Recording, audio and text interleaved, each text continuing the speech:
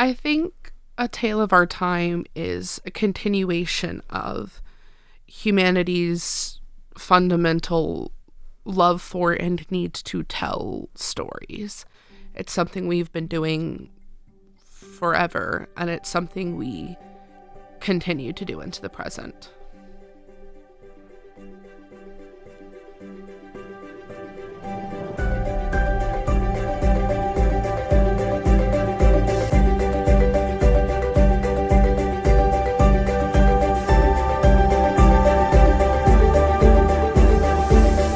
Hello, everyone, and welcome to Tales of Our Times. This is a show where we discuss the stories that move us, what makes them so meaningful, and why others could or should find meaning in them as well. This is not a spoiler-free show, so bear that in mind as you continue to listen. We tackle books, movies, podcasts, and more. Where there's a story, there's a reason to read. I'm your host, Amanda Stevens, and joining me today is my friend and an avid reader, I think, Janet Snow. Hello, it's nice to be here with you all today. Was that correct? You pulled a face. Was that not correct? Do you no longer associate yourself as an avid reader? Oh no, I do. I just I was seeing where you were going with it. Oh, it's okay. No, here. You know what? Let me pass the baton. Is there anything you would like to say to introduce yourself? Hi, I'm Janet Snow. I have been living here in Taiwan for a year and a half. I keep thinking it's 2 years because I'm in the second year of my job. I've been living in Taiwan for a year and a half now, and I really do enjoy like books and reading and just kind of literary space. Right. Okay. I just remember that around the time that I was like, I should really invite you on the show was when you were describing all the books you read as a kid. Having like a librarian for a mom, I think is what you said. And I was like, wow, you've really read a lot. I should get this girl in here to talk about stories. Yeah. No, my mom was my elementary school librarian, which is like scholastic book fair nepotism. I think is kind of what it boiled down to. You had access to every book. A little bit. Yeah. I mean, I was in the like school library every day. I for imagine, an hour after a school, long time. And I maybe had a slight bit of unfair influence in what new titles we selected. I won't tell your school. I don't even know where they are. My mom's retired. It's fine. All right. Everyone's free of consequence. But to that point, we are discussing a book today. What book have you brought for us to talk about today? Today I have brought a book for us called The Thief by Megan Whalen Turner. Right. A very unassuming name, but I remember you said something about it that kind of like struck me, that this was, first of all, recommended to you by a friend, and something that after you read it, you felt like, I believe you said verbatim, was required reading to understand your friend. Yes. So this book is an absolute favorite of one of my very, very good friends that I met in college and university. And for a long time, whenever we would talk about books and stuff, there are just different archetypes and different storylines that she kept coming back to. And we have pretty similar tastes anyway. So she, for a while, was like, read this. If you can get a hold of a copy, you should. She's been pushing this on you for a little while. Pushing is maybe a bit aggressive. More okay. Dropping subtle hints. Right. And now that you have finished it. She was right. It's very good. Yeah. Okay. I'm excited. But yeah, it was this very cool experience of reading a book that like I know is very beloved to one of my friends.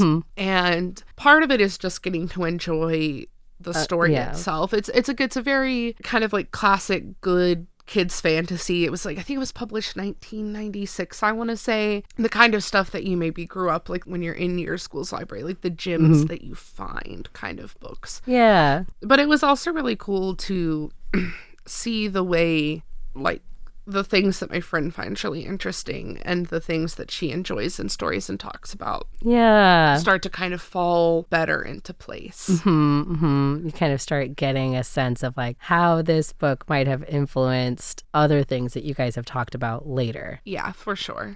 Okay. Well, I'm excited to like circle back to this, but I think something that would better inform our conversation is getting through a summary of this book. Is there anything you think we need to know about the book before we do that? I'm allowed to spoil, yes. Oh, I will push you for spoilers. Okay. So please do. There was a spoiler warning. I can officially, this is the warning for everybody out there. because I'm now asking Janet, can you give us a summary of the thief? So the book starts with this character called Jin, who he has been arrested for bragging about his thieving exploits from I think it's like the City Tavern or something. So the story starts out like he's in this jail cell. He's been in there for a couple months. He's having a terrible time. Oh, okay. And his fate kind of changes when the king's magus comes to recruit him for this kind of secret mission, this journey they need to go on, but he will not tell them what they're looking for. Just, you're our group's hired thief. Okay. Don't ask questions. You won't have to be in jail, which is nice. Yeah. And follow along with me and my 2 apprentices and one of the castle guards, I believe, like somebody from the army, as we go on this journey. So they set out. It's high fantasy, so you've got a couple of different kingdoms. They're kind of, they're all up at each other's throats. It's a very tense time. And the hope is that whatever it is that they are trying to steal will give this kingdom the advantage. Yeah. Over the other kingdoms. But of course you've got that's why it has to be top secret. Yeah, and you've got to sneak over a couple of borders into those other kingdoms. Okay. And like, yeah. all of that good kind of like fantasy camp very sneakily. Okay, yeah. Where does it go from there? They have to go find this thing. They find out it's called ooh, I'm also running into fantasy name pronunciation. I think it's Hamayathe's gift. We're going to call it maybe the gift is the better one. Yeah, we'll just call it the gift. I'll ask you, Megan, if you're ever listening to this, write in and tell us how we're supposed to say this. The gift. But to get to it, you got to cross like 2 hostile countries and then go to this old like volcanic field. And it's this very, very booby-trapped ancient temple of the gods. Sick. Wait, can I ask a question? Yes. When they set out, did everybody actually know what they were looking for? So the magus definitely knew. He was on assignment. It has been a little bit since I've read it. I think over time, more people in the party become aware. They kind of start figuring it out as you get closer. But the one who's definitely been clued in the whole time is the magus, who was like, everyone come with me, we're going to go grab the gift. Yeah. The magus is definitely included, and it is worth noting the main character has also definitely known the whole time, but that's a plot twist. Oh, that's fun. Okay, so so then back. So they have to go through this super ancient temple that is mega booby trapped, Indiana Jones style. It's a temple to the gods. How do they get through that? In classic, we took you out of jail to do a job for us. They make Jen go in. Yeah, of course. Alone. Yeah, and it's weird because it's kind of like the statues of the gods are talking really and personally to you and only you kind of stuff. And, he's able to get a hold of this little stone. Not quite like Philosopher's Stone territory, but very much like kind of similar. Something kind of like that. Is the stone the gift or is this something else? Yeah, the stone's. Okay, so this is the gift. It's like a very unassuming looking rock. But kind of one of those, like, once you've touched it, you kind of know. Yeah. And then, but of course, then they get out. They have to get it back. Yeah. And that's where some fun things like a little betrayal comes in and like, oh, who has the gift and stuff like that. Oh, like what? Because I'm going to ask you, how does it end? And I want to know. Okay, so as they're trying to take this back again across enemy territory. To get back into who wants it in the first place. Which is the empire. king, the Magus' king, basically. Yeah. They get ambushed, they got ratted out. And, for a minute they think they've lost the stone, but then Jen is able to kind of grab it back. He's a very good thief. He is a very good thief. When he's not running his mouth about being a very good thief, he is actually he's just actually a very good thief. Yeah. Yeah, and it's like he's also like he's a super fun character in a lot of ways. It's one of those, you can't have that much camping in a story if the characters are not relatively compelling. You can't do it. And he manages to get it back and disappear. But at the can I go ahead and spoil the end? Yeah, I want you to. I want to know what happens. Spoil the end. At the end, he ends up, he gets injured, but ends up where he needs to go. He ends up in his bedroom, his actual real original bedroom, in the castle of the queen of one of the other kingdoms that they had been sneaking through that whole time, and he had stolen it for his monarch instead. Oh, so he's been like a deep cover, double triple agent. Yes, and it's one of those things you read it back a second time and it like all and everything makes sense. But when you're reading it the first time, you definitely think maybe he's been like Gen is short for Eugenides, which is like he was named after like the god of thieves, and you're like, okay, I think this guy's maybe Can you say that again, like very slowly into the microphone? Eugenides. Okay, just double checking because I thought I heard something else at the beginning. No, you're fine. Yeah, who's the god of thieves? He's named after the god of thieves and is very, very good at stealing. Wow. And critically got himself arrested on purpose. Like the whole everything was a part of the plan. Was a part of the plan. Wow. And so and again, he's such a fun character. He's sneaky. He's like the banter is really, really good.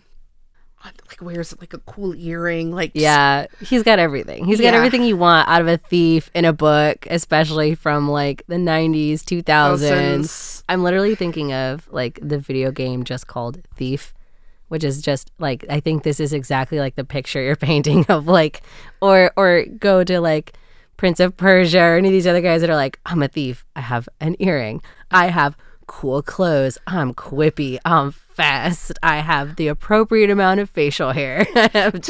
He is a younger character because we are still in children's literature. So he'd be like a couple years younger than that, but like in terms of I have no facial hair yet, but I probably will grow some. I'm gonna have the appropriate amount eventually. No, just like a super fun just a super fun character archetype and just fits it very well. Yeah, it sounds exactly like that, like really fitting the meaning of archetype, which if you guys aren't sure what that is out there, an archetype is kind of like a prototypical, kind of like what we've been dancing around the drain of here, where what do you think of when you hear X? Like, what do you think of when you hear the good king or Prince Charming?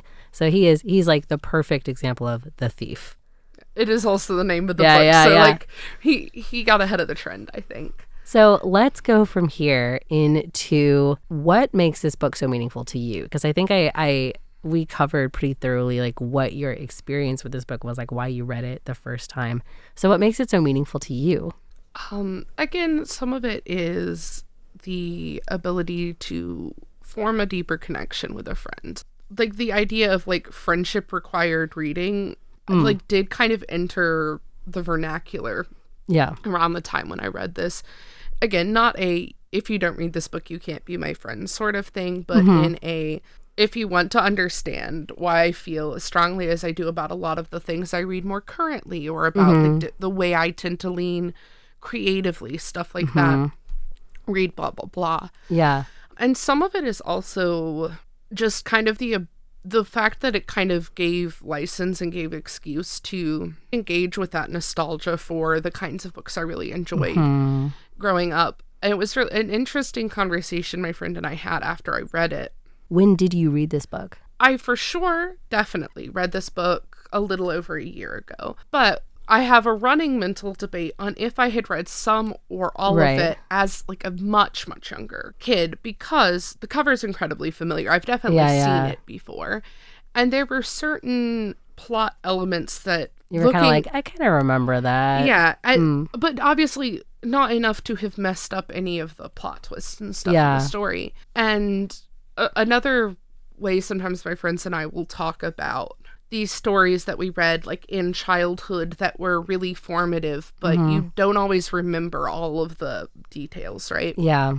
I was kind of going like into the soup, like these ingredients that you put in really, really early that kind of get like boiled down and still kind of have this really, really long running presence in your life, the way you see the world, but you can't always necessarily point and say, I know it was this exact thing. But it kind of creates the tapestry for who you become or that full thing. I really like that idea of like friendship required reading as you defined it, right? Not a you really truly must read this, but the idea of like to better understand somebody, you should engage with this. I think that is like such a fun and interesting word for it, because I definitely have books like myself where I would be like, oh yeah, I can tell you exactly like 2 or 3 where this deeply influenced me when I was a kid.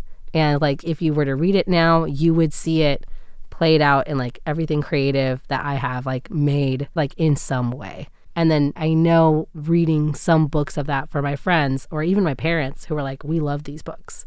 So moving from there, what meaning do you think other people could find in this book? Or is it kind of getting back to what you said?